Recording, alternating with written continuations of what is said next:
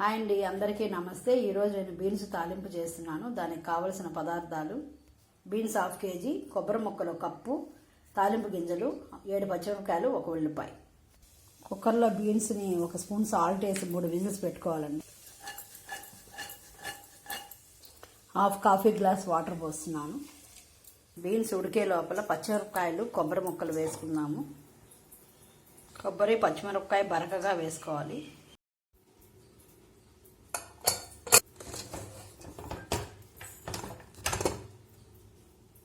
ఇప్పుడు బీన్స్ తాలింపు కోసం 4 స్పూన్ ఆయిల్ వేసాను.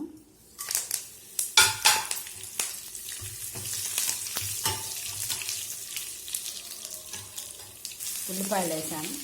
కొబ్బరి, పచ్చిమిరపకాయలు వేసుకోవాలి. 2 మినిట్స్ వేగనివ్వాలి. ఇప్పుడు బీన్స్ వేస్తున్నానండి. ఒక 5 మినిట్స్ వేగనివ్వాలి. కొంచెం మధ్యలో కలుపుతూ ఉండాలి.